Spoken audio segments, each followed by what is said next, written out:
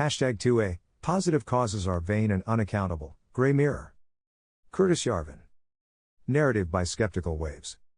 In this fragment of Chapter 2, we'll explain why positive causes that become popular tend to be unaccountable, not selected for plausibility, vain, selected for creating a sense of power and importance, and sycophantic, reinforcing the regime. If all this is true, supporting an arbitrary popular cause is not a Kantian imperative. As a universal rule, it does not produce universal benefit. Positive causes are selected for vanity. Positive causes do not need to express power.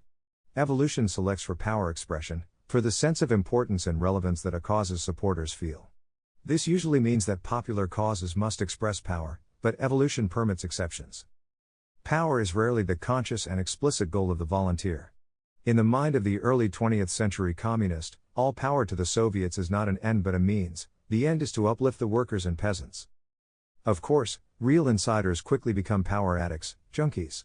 These sick and sad human beings grow supernaturally attuned to Orwell's subtle intoxication of power. They can smell that shit 3 stories up across the street.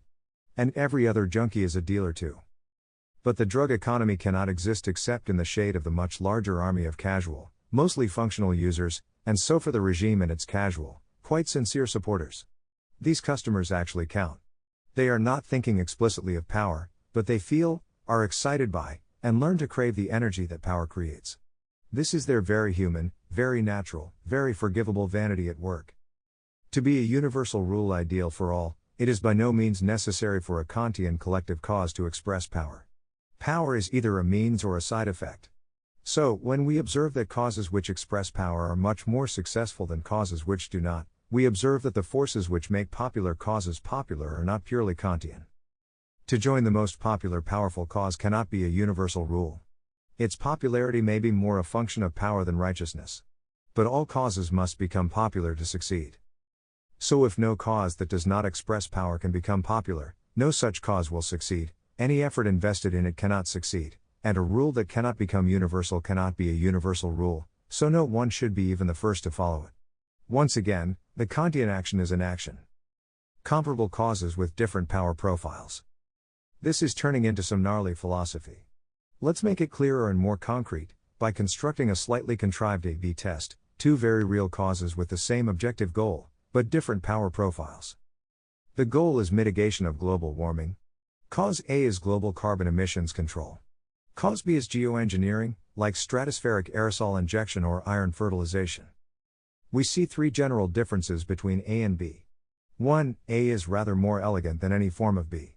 2. A is perhaps 3 orders of magnitude more expensive than any form of B. 3. A is perhaps 3 orders of magnitude more popular than any form of B. If the popularity of causes was determined by the rational, Kantian collective interests of the public, the relationship between 2 and 3 would seem peculiar. It seems not unlikely for every rational voter who wants to spend $50 trillion solving a problem elegantly to be outnumbered 1,000 to 1 by voters who would rather spend $50 billion on an inelegant solution. But it's the other way around. Our rational model of public opinion is off by 6 orders of magnitude. Let's allow 1 order of magnitude for the elegance of fixing the heat problem at its cause, not with a band-aid. We are still wrong by 5. These estimates are not even democratic. The ratios are probably stronger among elites and experts.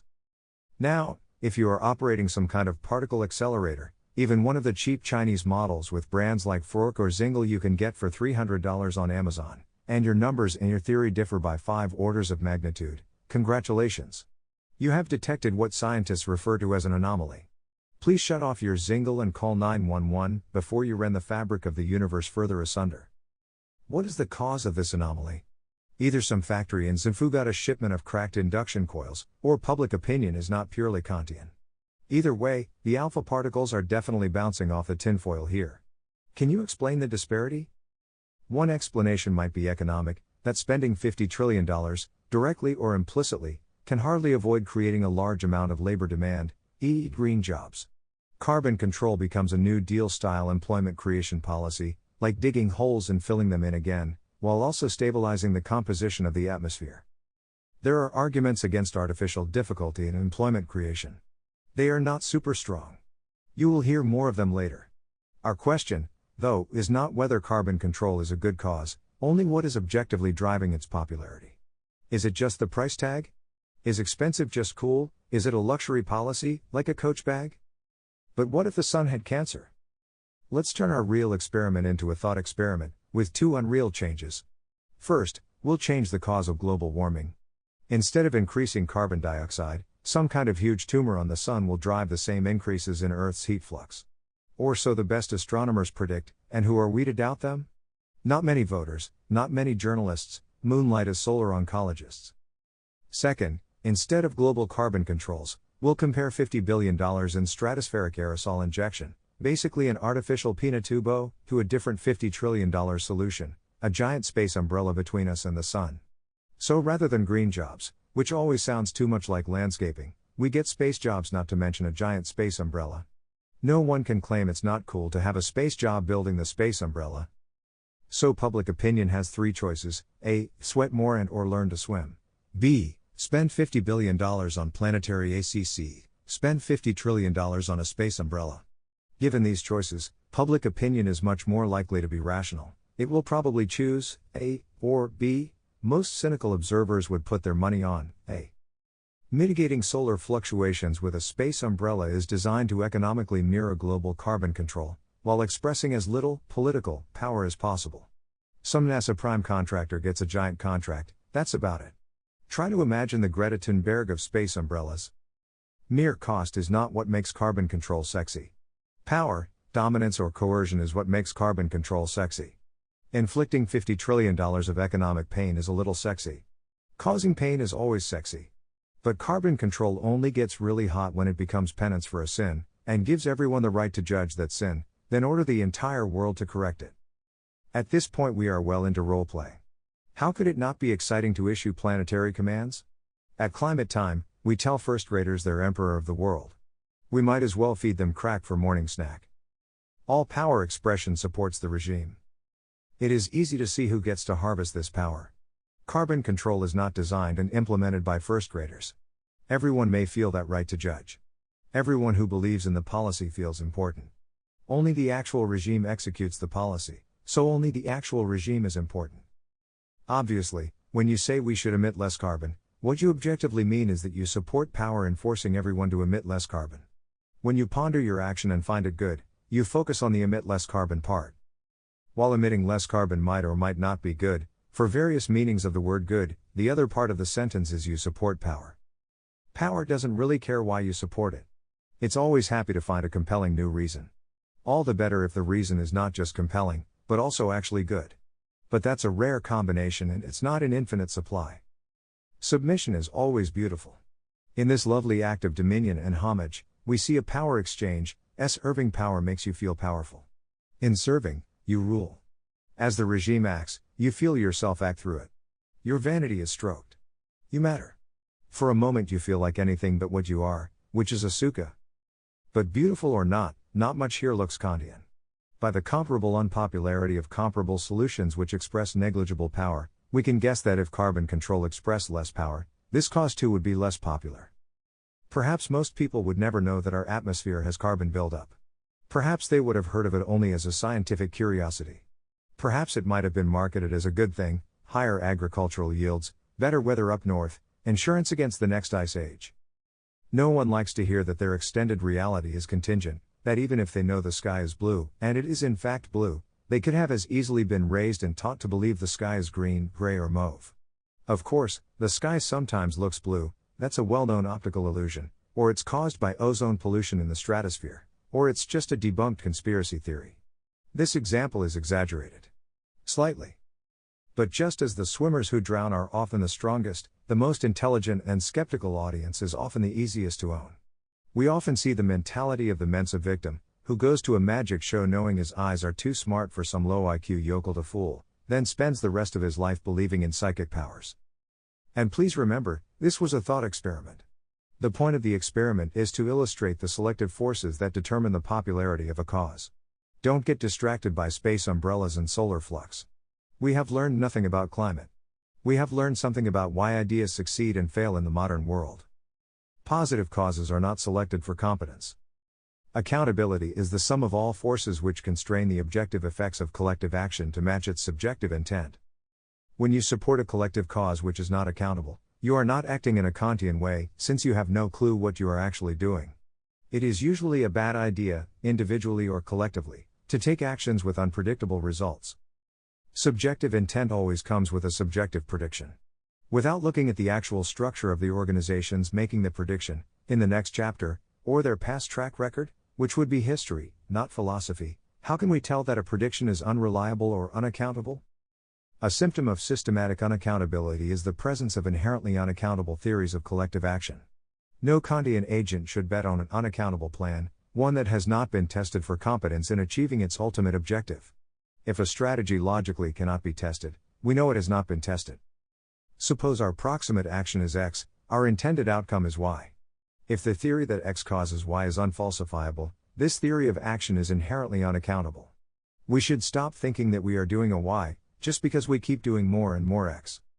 One way to construct an unfalsifiable theory of causality is to make the causal chain between X and Y unfalsifiably long. If you claim to be playing 7-dimensional chess, and the whole game goes awry, you can blame some accident in the 5th dimension. Your theory of action is so intricate that no outcome can disprove it, so it cannot be held accountable. An imaginary unfalsifiable cause. This is a little abstract. Let's construct a thought experiment, a slightly more realistic chimp with an AK-47. Meet the Sweet Milk Party. The mission of the SMP is to bring back the sweet, grassy taste of spring milk. Unfortunately, for the last 3 years, the milk in our Pleasant Valley has been coming out of the cow sour. While we are peaceful, simple, and patient country folks, our patience has its limits. Especially our patience with the lying press. They will never give you the truth about the sour milk crisis. Only the Sweet Milk Party is brave enough to tell it like it is. The problem, witchcraft? The solution, the river. The Sweet Milk Party has one simple platform. Until those witches stop hexing our cows, we'll drown a witch a week. They'll get the message after a few. And if that's not enough, we'll figure something out. If you support this utterly psychopathic movement, the SMP, your ultimate intent, Y, is to make our milk sweet again. Your proximate action, X, is to drown old women. Think about how hard reality has to work to disprove this sick delusion, and beat these peasant psychos by reasoning them to death with science. TLDR, too hard, because science, meaning the inductive scientific method, has no way to disprove a negative. Because, until the SMP really crushes it in an election, actually wins power, brushes aside the judiciary and starts to actually drown witches, there is no scientific evidence at all that its interpretation of the sour milk crisis is inaccurate.